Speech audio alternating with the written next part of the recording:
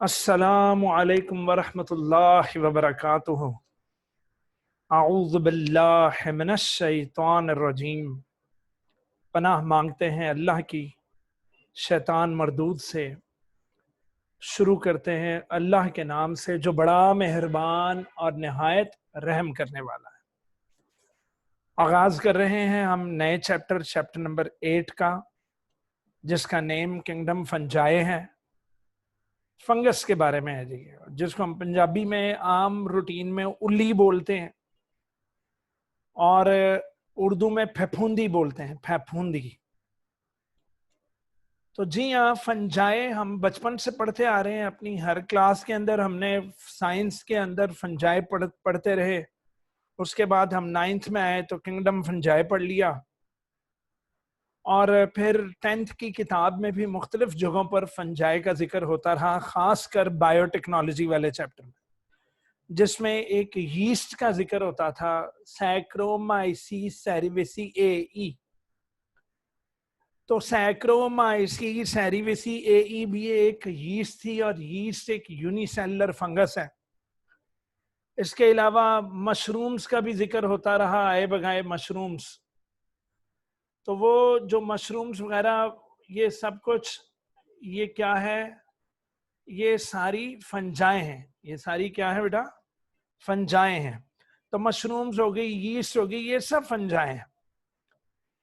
तो आपको पता है कि हर चैप्टर का लेक्चर नंबर 1, 2, 3 में तरतीब जरा मेरी अपनी होती है। मेरी कोशिश होती है कि मेरे बच्चों के लिए एक तो इंटरेस्टिंग चीज दी जाए, और नंबर 2 वो चैप्टर अगर वो यानी स्टार्ट से सीक्वेंस से पढ़े तो शायद इतना समझ में नहीं आता, लेकिन अगर मैं सीक्वेंस थोड़ा सा बदल देता हूं तो सिर्फ अपने बच्चों के लिए बदलता हूं ताकि उनको ज्यादा समझ में आए। तो मेरा बेटा इस लेक्चर नंबर 1 में मैं स्टार्ट नहीं बल्कि मैं एंड से स्टार्ट कर रहा हूं। तो अगर आपने अपनी किताब खोलनी है तो किताब के आखिरी वाले जो टॉपिक्स हैं जिसमें इंपॉर्टेंस ऑफ फंजाई है, इकोलॉजिकल इंपॉर्टेंस है, उसके अलावा ये इकोनॉमिक लॉसेस हैं और फिर इकोनॉमिक गेन्स हैं, तो मैं पहले ये पढ़ाना चाहूंगा कि फंजाई का चैप्टर हमारे लिए क्यों इतना इंपॉर्टेंट है, हम क्यों फंजाई को इतनी अहमियत दे रहे हैं। तो अगर फंजाई को हम इतनी अहमियत दे रहे हैं तो जरूर इसका हमारे माहौल में, यानी कि इकोलॉजिकली इसकी कोई ना कोई इंपॉर्टेंस तो होगी कि ये हमारी किताब में है। वरना आपको पता है जिस चीज की इंपॉर्टेंस ना हो उसको कोई भी नहीं पूछता। ये बंदों के साथ भी इसी तरह होता है कि बंदे की ज्यादा इंपॉर्टेंस हो तो उसको सब पूछते हैं, और अगर वो ज्यादा इंपॉर्टेंट नहीं है तो उसको, आजकल नफसा नफसी का दौर है भाई। तो जी हाँ, फंजाए हमारे लिए ग्रेट इकोलॉजिकल इंपॉर्टेंस के हामिल हैं, इसीलिए हमने फंजाए को अपने सिलेबस में इंक्लूड किया हुआ है। तो let's see what are fungi. Fungi की इकोलॉजिकल इंपॉर्टेंस क्या है? Eco, ecology, ecology, it is the study of environment with respect to organisms. तो मेरा बच्चा, अब हम पढ़ेंगे कि फंजाई का हमारे एनवायरनमेंट में क्या रोल है। फंजाई का हमारे एनवायरनमेंट में क्या रोल है? पॉइंट 1 कहता है भाईजान, fungi have great ecological impact. मैंने पता सी फंजाई दा ग्रेट मतलब ठीक ठाक इकोलॉजिकल असर होगा, माहौल पर असर होगा फंजाई का। अब वो क्या असर है? Let's see. वो असर ये है कि फंजाई इसलिए अहमियत के हामिल हैं कि they are very important as decomposers and symbionts. They are very important as decomposers and symbionts. Decomposer की सी तो डीकंपोजर वो ऑर्गेनिजम्स ने जो बेटा मरी हुई लाशों को, मरी हुई चीजों को, मरे हुए ऑर्गेनिक मटेरियल को गलाएगा, सड़ाएगा, गलाकर सड़ाकर उसकी तोड़ फोड़ करके मटेरियल्स को वापस सॉइल वगैरह में डाल देगा। देखो, अगर एक प्लांट सॉइल से न्यूट्रिएंट्स लेकर ठीक ठाक प्लांट बना है, उसने अपनी बॉडी बनाई है, उस बॉडी को प्राइमरी कंज्यूमर खा गया है तो वो सारे न्यूट्रिएंट्स उस प्राइमरी कंज्यूमर की बॉडी में चले गए हैं, फिर प्राइमरी से वो सेकेंडरी, फिर सेकेंडरी से टर्शरी, और इस तरह फूड चेन में न्यूट्रिएंट्स हवा और सॉइल से किस में चले गए, जानदारों के जिस्मों के अंदर, और इन दी एंड कुल्लु नफ्सन जायकतुल मौत, जब तमाम ऑर्गेनिजम्स मर जाते हैं तो उन मरे हुए ऑर्गेनिजम्स पर कौन अटैक करते हैं, डीकंपोजर्स। कौन मेरा बच्चा, डीकंपोजर्स। तो डीकंपोजर्स उन्हें डीकंपोज करके, उनकी तोड़ फोड़ करके वो न्यूट्रिएंट्स वापस सॉइल, एयर या वाटर के अंदर मिक्स करवा देते हैं। तो पता ये लगा कि फंजाई, हाँ हमने पढ़ा भी था 10th में कि fungi with the help of bacteria, fungi with the help of bacteria. तो आगे भाईजान, fungi along with saprobic bacteria with the not help, sorry मैंने मेरे मुंह से help निकला, help नहीं, फंजाई बैक्टीरिया के साथ, अगर बैक्टीरिया भी डीकंपोजर्स हैं तो फंजाई भी उनसे कम नहीं है, तो they work independently, fungi work independently. मेरे मुंह से निकला विद दी हेल्प, नो। जहां सैप्रोबिक बैक्टीरिया, पुत्र सैप्रोब, हर वो ऑर्गेनिज्म जो डेड ऑर्गेनिक मैटर पर फीडिंग करेगा उसे सैप्रोबिक, उसको सैप्रोब, उसको सैप्रोफिटिक न्यूट्रिशन बोलते हैं, ठीक है, सैप्रोबिक न्यूट्रिशन बोलते हैं। तो पता लगा कि फंजाई बैक्टीरिया मिलकर दोनों, दे प्ले वाइटल रोल, इनका बड़ा अहम रोल है इन दी रिसाइकलिंग, के इन ऑर्गेनिक और ऑर्गेनिक न्यूट्रिएंट्स जो सॉइल या एयर से लिए गए थे, उन इनऑर्गेनिक न्यूट्रिएंट्स को बॉडी, जानदारों की बॉडीज में से निकाल कर वापस इकोसिस्टम में डालना, फिर इकोसिस्टम से मतलब ये एनवायरनमेंट में डालना, फिर एनवायरनमेंट से ऑर्गेनिजम्स में जाना, फिर ऑर्गेनिज्म से, यानी कि बायो और जियो। जियो मीन्स अर्थ, तो बेटा बायो मीन्स ऑर्गेनिजम्स, तो बायो जियो केमिकल साइकिल्स में, बायो जियो केमिकल साइकिल्स में बड़ा अहम किरदार है फंजाई और सैप्रोबिक बैक्टीरिया का। विदाउट देयर एक्टिविटी, अगर ये फंजाई और बैक्टीरिया अपनी इस एक्टिविटी को ना करें तो क्या होगा, all the essential nutrients would soon become logged up। जितने essential nutrients होंगे वो तो सारे logged up हो जाएंगे, किसमें, within the dead bodies of animals and plants। पुत्र माउंट्स कहते हैं, टीला, माउंट कहते हैं टीला। तो पता लगेगा डेड एनिमल्स और प्लांट्स के ढेरों ढेर, उनके माउंट्स के अंदर ये न्यूट्रिएंट्स, ये एसेंशियल न्यूट्रिएंट्स लॉक्ड अप हो जाएंगे और इन्हें छुड़वाने वाला फिर कोई नहीं होगा। तो शुक्र है अल्लाह का, अल्लाह ने फंजाई पैदा किए, अल्लाह ने बैक्टीरिया पैदा किए जो कि क्या करते हैं, इन माउंट्स ऑफ डेड एनिमल्स और प्लांट्स को डीकंपोज करके न्यूट्रिएंट्स को आजाद करा देते हैं।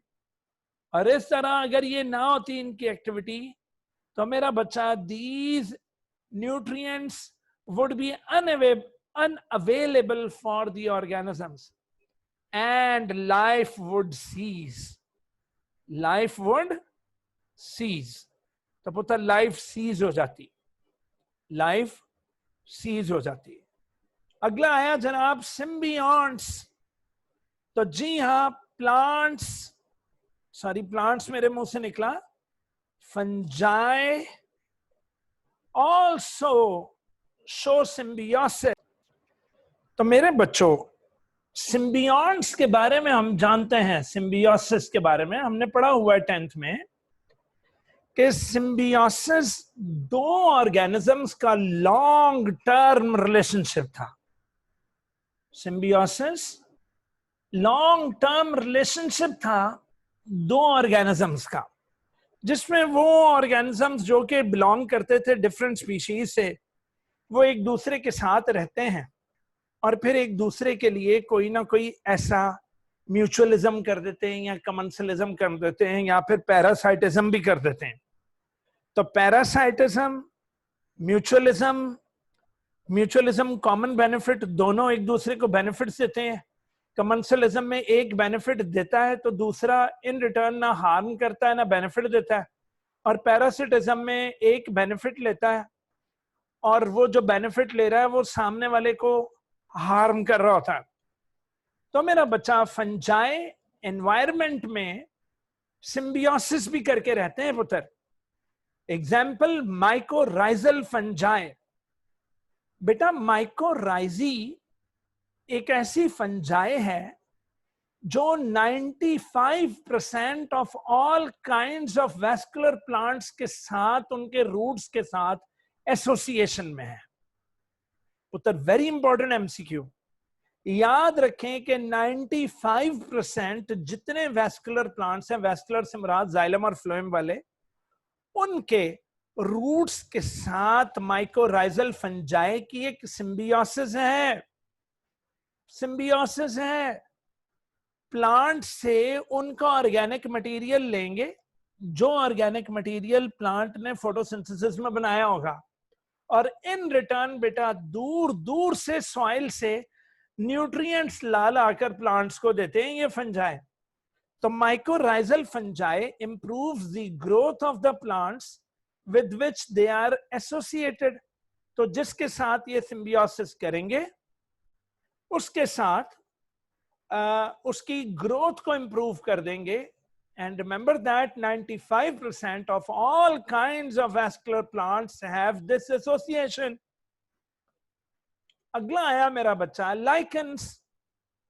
ये हमने 10th में भी पढ़ा हुआ है तो दोबारा पढ़ लेते हैं बेटा। Fungi and microscopic autotrophic organisms, जिनमें एल्जी भी आ सकते हैं या सायानोबैक्टीरिया भी आ सकते हैं, जो कि फोटोसिंथेटिक बैक्टीरिया है।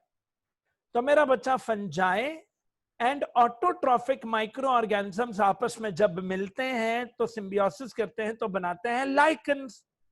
इसे लिचन नहीं कहना, इसे लाइकन कहना है। और आपको पता है जहां बड़ी बंजर जमीन हो वहां लाइकन्स उगते हैं सबसे पहले। तो बंजर जमीनों पर सबसे पहले लाइकन्स उगते हैं क्योंकि लाइकन्स बड़े ढीठ होते हैं और लाइकन्स हार्श एनवायरनमेंट में गुजारा भी बड़ा अच्छा कर लेते हैं। तो मेरा बच्चा लाइकन्स ग्रो करते हैं on rocks and break them, और फिर खुद भी मर जाते हैं। और पता लगता है कि इनके मरने से क्या होगा कि उस जमीन में न्यूट्रिएंट्स पैदा हो जाएंगे, क्योंकि ये जो मरे हैं तो जब ये मरेंगे तो इनकी बॉडी के न्यूट्रिएंट्स पीछे रह जाएंगे, जो कि आगे आने वाले इनसे अगली स्टेज के जो ऑर्गेनिजम्स हैं वो आ जाएंगे और इस तरह एक बुनियाद डलेगी। तो पहले नंबर पर लाइकन्स, दूसरे नंबर पर फिर लाइकन्स ही होते हैं। इसकी डिटेल पढ़ेंगे सेकेंड ईयर में। तो पता लगा पहले एक किस्म की लाइकन्स, फिर उनको रिप्लेस करेंगी दूसरे किस्म की लाइकन्स, और करते करते बेटा इन दी एंड फिर मॉसेस आ जाएंगी और इन दी एंड एक क्लाइमैक्स फॉरेस्ट वहां बन जाएगा, क्लाइमैक्स फॉरेस्ट बन जाएगा। तो मेरा बच्चा एक ऐसी लिस्ट कि पहले कौन आया उसको रिप्लेस करके नंबर 2 पर कौन आया, फिर नंबर 3 पर कौन आया, नंबर 4 पर कौन आया, और इन दी एंड क्लाइमैक्स कम्युनिटी कैसे बन गई, इस अमल को सक्सेशन कहते हैं। तो इकोलॉजिकल सक्सेशन क्या है? इकोलॉजिकल सक्सेशन ये है कि जहां कोई जानदार नहीं था उस बंजर जमीन पर पहले कौन आया, फिर दूसरे नंबर पर, फिर तीसरे, फिर चौथे, फिर पांचवें, इनको रिप्लेस करते करते फिर आखिरकार एक क्लाइमैक्स कम्युनिटी बनना। इस पूरी लिस्ट को, इस पूरी तरतीब को पुत्र इकोलॉजिकल सक्सेशन कहते हैं। क्या कहते हैं? Ecological succession. तो जी हाँ, lichens growing on rocks, break them, and setting stage, इनकी स्टेज को क्या बोलते हैं बेटा? Setting stage for the other organisms. Other organisms के लिए माहौल को सेट कर देती हैं कि हुण आ जाओ, हुण तुसी उग जाओ, ਤੁਹਾਡੇ ਵਾਸਤੇ ਠੀਕ ਠਾਕ, ਅਸੀਂ ਕੀ ਛੱਡ ਦਿੱਤੇ ਨੇ ਅੰਦਰ? Nutrients during the course of ecological succession. ਪੁੱਤਰ lichens are very good bioindicators. Lichens bioindicators हैं बेटा, पूछो क्यों? क्योंकि they are very sensitive to pollution. तो पुत्र कोई पोल्यूटेंट कोई अगर हवा में या सॉइल में हो तो ये लाइकन्स अपने अंदर एब्जॉर्ब करके इनके कलर्स में तब्दीलियां आ जाती हैं, जिससे ये इंडिकेशन दे देती हैं कि जनाब यहां पर कोई पोल्यूटेंट मौजूद है. तो these are lichens are also called bio indicators because they are very sensitive to pollution. लो जी, एक आखिरी अब हम पढ़ने लगे इकोलॉजिकल इंपॉर्टेंस क्या है फंजाई की. तो कुछ फंजाई बायो रेमिडिएशन करते हैं. याद आया चैप्टर नंबर 1 में पढ़ा था बायो रेमिडिएशन क्या होती है. तो पुत्र बायो रेमिडिएशन होती है डिग्रेड करना या रिमूव कर देना. किसको? एनवायरमेंटल पॉइजन्स को या एनवायरमेंटल पोल्यूटेंट्स को. तो पुत्र डिग्रेड या रिमूविंग करना पॉइजन्स या पोल्यूटेंट्स को through organisms, this is called bio remediation. Very important short question it was. तो some fungi are used for bio remediation. और इसके साथ ही इकोलॉजिकल इंपॉर्टेंस खत्म हुई. अब हमने देखना है कि फंजाई दा इंसान नु की फायदा है. भाई आखिर हम फंजाई पढ़ रहे हैं तो हमें इसका क्या फायदा. तो फिर अब हम पढ़ने लगे हैं कि कमर्शियली या कमर्शियल इंपॉर्टेंस फॉर फंजाई. क्या फंजाई इंसान को पैसा बनाकर दे सकते हैं? अब हम ये पढ़ने लगे हैं. तो जी हाँ, हम फंजाई से पैसा बना भी सकते हैं और हाँ, हम इकोनॉमिक गेन्स भी कर सकते हैं.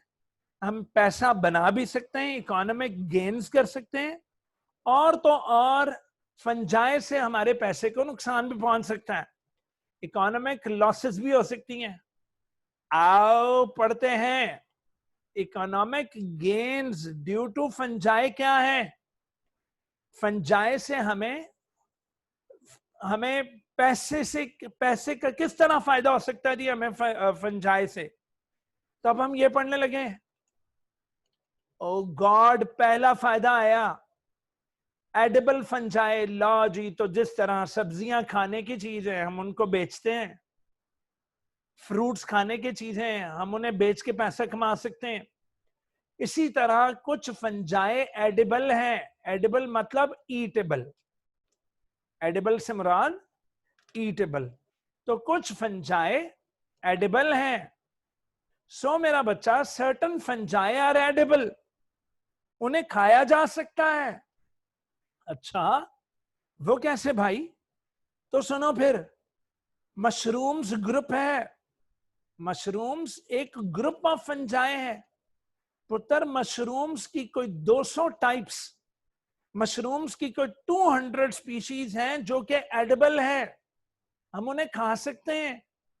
Example, Agaricus species. SP dot का मतलब क्या होगा बेटा? स्पीशीज.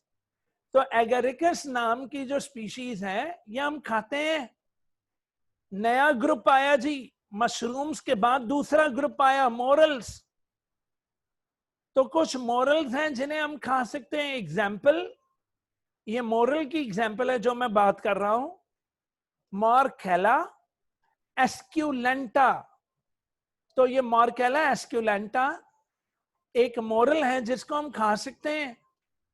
ट्रफल्स, तीसरा ग्रुप ऑफ फंजाई जो कि एडिबल है. पुत्र इनकी अंडरग्राउंड, इनकी ग्राउंड के अंदर मौजूद फ्रूटिंग बॉडीज से मुराद जिनसे, यानी बॉडी का वो हिस्सा जिससे इन्होंने रिप्रोड्यूस करना है. तो मेरा बच्चा, underground fruiting bodies of some ascomycetes, example tuber species को हम खा सकते हैं. तो ये थे ट्रफल्स. तो पहला group mushrooms are edible. Number 2 morels are edible. Number 3 truffles are edible.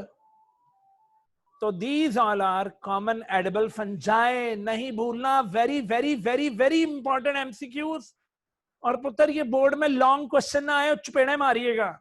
अपने आप को चपेड़े मारनी आपने, अगर ये बोर्ड में ना आए उत्थे उठ के पिटना अपने आप को, क्या क्यों नहीं आया बेटा। Very important economic gains due to fungi, अल्लाह अकबर। लेकिन याद रखो, अब ये मत कहना कि जनाब बस फंजायर एडिबल तो खाई जाओ बस फंजाए नु, अगर ब्रेड को उल्ली लगी हुई खा जाओ, किसी फ्रूट को उल्ली लगी हुई तो खा जाओ। No, beware of poisonous mushrooms. कुछ पॉइजनस मशरूम्स हैं, मशरूम्स फंजाए बेटा। These poisonous mushrooms are called toadstools, such as death cap। इसका नाम ही डेथ कैप रखा हुआ उन्होंने, इसका नाम ही लोगों ने डेथ एंजल रखा हुआ, मौत का फरिश्ता। अमानिटा टोडस्टूल, जिसकी एक एग्जाम्पल है अमानिटा। अमानिटा को आम लैंग्वेज में डेथ कैप या डेथ एंजल कहते हैं पुत्र। ये एक खाने से भी बंदे की डेथ हो सकती है। और दूसरी एग्जाम्पल आई जी जैको लैंटर्न। ये किताब में एन बेटा मिसिंग है, एन डाल लीजिएगा। लैंटर्न कहते हैं वो जो लाल टैन होती है, जो लाल टैन जो रात को हमें रास्ता वगैरह दिखाता है। अब तो हमारे पास टॉर्चेस होती हैं, तो उसके अंदर जनाब वो दिए की तरह दिया सिलाई जला दी जाती है, लाल टैन। तो जैको लालटैन, सॉरी जैको लैंटर्न मशरूम, जिसका साइंटिफिक नेम है ओम्फालोटस ऑलेरियस। ओम्फालोटस ओलेरियस या ऑलेरियस, ओलेरियस ठीक है, ऑलेरियस whose gills, जिसकी जो कैप है, गिल्स कहते हैं बेटा उसके कैप के अंडर साइड, ठीक है। जब मशरूम्स का ग्रुप पढ़ेंगे उसके अंदर मैं अपने बच्चों को पढ़ाऊंगा पुत्र। वो ग्लो इन डार्क, तो डार्क में वो रोशनी पैदा करते हैं पुत्र, इसलिए उनका नाम जैको लैंटर्न है। Are another common example poisonous mushrooms. तो मेरा पुत्र सारे फंजाए एडिबल नहीं है, पॉइजनस भी हैं। ना होवे कि पॉइजन वो फंजाए वाला कुछ खा लो तो बाद में पता लगे आपने कहा, कहना सर अफजल ने कहा था ये तो एडिबल होते हैं तो खा लो तो मर जाओ, नहीं।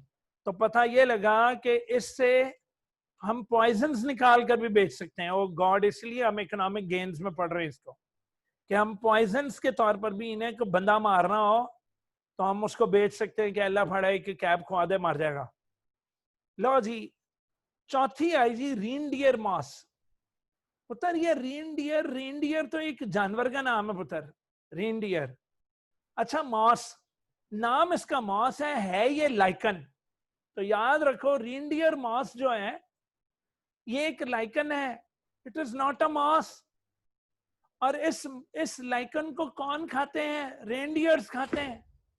तो जी हाँ, रेनडियर मॉस एक ऐसी लाइकन है which is used as food for reindeers and some other large animals in Arctic। तो ये लार्ज एनिमल्स कौन से बेटा? इन आर्किटेक्ट,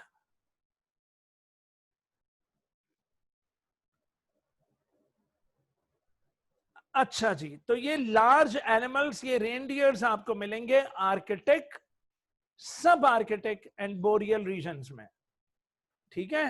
तो ये पहाड़ों के ये डियर्स हैं, बड़े बड़े रेनडियर्स।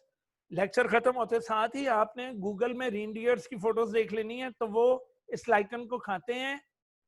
तो रेनडियर्स जिन लोगों ने पाले हुए होते हैं वो उनको ये लाइकन्स खिलाते हैं। लो जी, अब आगे आया फूड इंडस्ट्री में फंजाए हमें किस तरह पीछा दिला रहा है, हमें किस तरह पैसा कमाने में हमारी मदद दे रहा है। पुत्र जी, certain fungi are used in food industry. कुछ फंजाए फूड इंडस्ट्री में इस्तेमाल होते हैं। कैकू, क्योंकि उन फंजाए में फर्मेंटिंग एबिलिटीज हैं, फर्मेंटेशन करते हैं। ओ गॉड, आप सबकी फेवरेट आ गई, यीस्ट, सैक्रोमाइसीस सेरेविसिएई। यीस्ट की कई किस्में हैं, यहां हम जो बात कर रहे हैं वो सैक्रोमाइसीस सेरेविसिएई की कर रहे हैं। Saccharomyces सेरेविसिएई is used in the production of bread पुत्र ब्रेड इंडस्ट्री में इस्तेमाल हो रही है। एंड लीकर, लीकर मतलब पुत्र ये अल्कोहलिक फर्मेंटेशन करती है तो हमें शराब बनाकर देती है। लीकर मतलब शराब। नंबर 3, तीसरी बात आई वो ये कि एक फंगस जिसका नाम पेनिसिलियम है, पेनिसिलियम हमें फ्लेवर देने में, फ्लेवर मतलब टेस्ट, अरोमा बोले तो खुशबू का करेक्टरिस्टिक, और करेक्टरिस्टिक कलर देने में मदद देती है। किसमें? चीज में। तो पुत्र चीज में अगर हम टेस्ट डालते हैं, चीज में अगर हम टेस्ट डाल रहे होते हैं, फ्लेवर है, अरोमा है या कलर है चीज में, तो पेनिसिलियम की मदद लेते हैं। इसी तरह सम स्पीशीज ऑफ एस्परगिलस, ये हमने पढ़ा भी था 9th में कि एस्परगिलस एक फंजाई है, एक फंगस है। तो aspergillus fungus are use for fermenting, fermentation करके और प्रोड्यूस करके देती है हमें soya sauce and soya paste. किससे? सोया बीन्स से, सोया बीन से। और इसके अलावा जनाब सिट्रिक एसिड, अच्छा एसिडिक फर्मेंटेशन, जिस तरह लैक्टिक एसिड फर्मेंटेशन थी, तो citric acid is also obtained from some aspergillus species. तो ये था फंजाई का रोल फूड इंडस्ट्री में। और तो और फंजाई का मेडिसिन में भी बड़ा रोल है। बताओ बताओ बताओ। तो some fungi are source of antibiotics and some other drugs. बताओ कैसे? तो ये तो हमने पढ़ा हुआ है 10th में भी कि पेनिसिलिन नाम की पहली एंटीबायोटिक जिसको डिस्कवर किया था अलेक्जेंडर फ्लेमिंग ने इन 1928, वेरी इंपॉर्टेंट एमसीक्यूज। तो पेनिसिलिन हासिल होती है हमें पेनिसिलियम नोटाटम, पेनिसिलियम नोटाटम से। तो पेनिसिलियम नोटाटम से हमें पेनिसिलिन हासिल होती है जो कि मेडिकल इंपॉर्टेंस, मेडिसिनल इंपॉर्टेंस के हामिल है। लो जी, अब अगली दवाई जो हमें हासिल होती है वो है लोवास्टैटिन। पुत्र very important MCQs. Lovastatin is obtained from fungus and it is used for lowering blood cholesterol. अगली दवाई साइक्लोस्पोरिन, साइक्लोस्पोरिन नाम की दवाई जो कि हमें सॉइल फंगस से हासिल होती है। It is used during organ transplantation, ताकि प्रिवेंट कर सके हम ट्रांसप्लांट रिजेक्शन को। तो बेटा किसी वक्त तो जो रेसिपिएंट की जो बॉडी होती है वो डोनर के ऑर्गन को, ऑर्गन अंदर फिट होते साथ ही रेसिपिएंट की बॉडी उस ऑर्गन को डेड करने की मुहिम चलाती है। तो बेटा वो ट्रांसप्लांट रिजेक्शन कहलाती है, जिसके अंदर ट्रांसप्लांटेड ऑर्गन सारा जाया हो जाता है। तो साइक्लोस्पोरिन हम यूज करते हैं, ये वाली जो दवाई है साइक्लोस्पोरिन, तो बेटा ये प्रिवेंट करती है ट्रांसप्लांट रिजेक्शन को। अगली दवाई एर्गोटीन, एर्गोटीन नाम की दवाई जो है ये हेडेक्स को कंट्रोल करते हैं, स्पेशली मिग्रेन जो होती है, आधे सर का दर्द, उसको हम कंट्रोल कर सकते हैं एर्गोटीन से। उससे अगली आई ग्रीसियोफल्विन, वेरी इंपॉर्टेंट। लो ग्रीसियोफल्विन हम फंगस से ही हासिल करते हैं और दूसरी फंगस को वहां ग्रो करने से रोक देते हैं। तो बेटा ग्रीसियोफल्विन is used to inhibit fungal growth। ठीक है, जिस तरह हम बैक्टीरिया ही से एंटीबायोटिक लेकर बैक्टीरिया ही को मारते हैं, इसी तरह ग्रीसियोफल्विन या ग्राइसियोफल्विन हम फंजाई से लेकर फंजाई ही के खिलाफ इस्तेमाल करते हैं। लो पुत्र कुछ नेचुरल कलर्स हमें हासिल होते हैं लाइकन से। मैंने कहा था ना लाइकन्स ब्यूटीफुली कलर्ड होते हैं, इनके कलर्स में तब्दीलियों से पता लगता है कि एनवायरमेंटल पोल्यूशन है। तो some natural dyes be obtained from lichens and these dyes are then used in textile industry. लो जी, नेक्स्ट आया जेनेटिक या मॉलिक्यूलर बायोलॉजिकल रिसर्च। पुत्र जेनेटिक, मोलेकुलर यानी मॉलिक्यूलर बायोलॉजी कि रिसर्च में बहुत ज्यादा मदद दी है किसने, ये अपना फंजाई ने। एग्जाम्पल, सबसे पहले हम यीस्ट के बारे में जिक्र करेंगे और फिर आखिरी 1-2 लाइनों में हम जरा यीस्ट से हट जाएंगे। तो ये पहले 5 पॉइंट तो यीस्ट के बारे में, तो अगर बोर्ड वाले आपसे कहें right a note on yeast तो ये सारा लिख देना। Yeasts are heavily used in genetic या molecular biological research काइकू because of their rapid generation, वो तेजी से ग्रो करती हैं, and rapidly increasing pool of genetic and biochemical information भी इनसे हमें बहुत ज्यादा हासिल होती है। Yeast were first eukaryotes, वो पहले यूकैरियोट्स जिनको जेनेटिक इंजीनियर्स ने इस्तेमाल किया वो यीस्ट थी। जेनेटिक इंजीनियर्स जो के काम कर रहे थे जीन्स वगैरह डीएनए वगैरह पर, तो वो उन्होंने सारे एक्सपेरिमेंट्स अपने यीस्ट पर किए। इन 1983 अ फंक्शनल आर्टिफिशियल क्रोमोसोम, तो मेरा बच्चा यीस्ट के अंदर एक आर्टिफिशियल मतलब कि साइंटिस्ट ने लैब्स के अंदर एक क्रोमोसोम बनाया और उस क्रोमोसोम को उस यीस्ट के अंदर सैक्रोमाइसिस सेरेविसिएई में डालकर देखा कि फंक्शनल होता है कि नहीं होता। तो ये एक एक्सपेरिमेंटल ऑर्गेनिज्म है जनाब जेनेटिक इंजीनियर्स का। तो बेटा very very very very important MCQ था कि first functional artificial chromosome was made inside what, तो आपने कहना जनाब सैक्रोमाइसिस सेरेविसिएई के सेल के अंदर बनाया गया था पहला आर्टिफिशियल क्रोमोसोम 1983 में। The same yeast was the first eukaryote whose genomic sequence was completely studied in 1996। फिर एमसीक्यू आगे कि वो पहला ऑर्गेनिज्म बताएं जिसका जीनोमिक सीक्वेंस कंप्लीटली स्टडी किया गया था 1996 में, तो आपने कहना जी यीस्ट।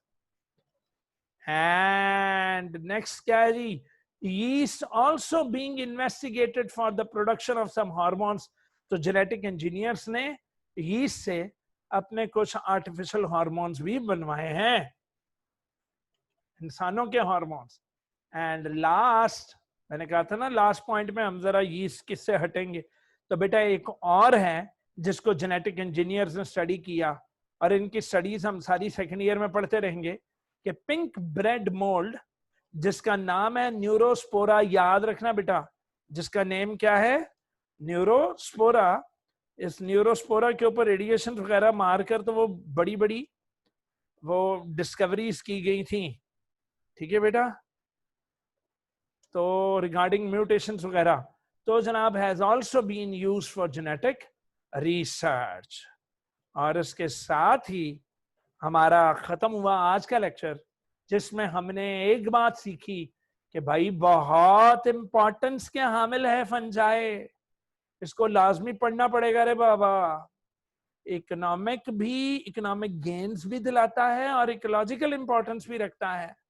अब इंपॉर्टेंस में आपको पता है बेटा गेन्स भी होते हैं और लॉसेस भी। तो इंशाल्लाह कल अब हम पढ़ेंगे economic losses due to fungi, fungi से इंसान को नुकसानात क्या क्या पहुंचते हैं, वो फिर अब इंशाल्लाह कल पढ़ेंगे। डन जी, इसी के साथ ही अपने सर अफजल को इजाजत दीजिए। बहुत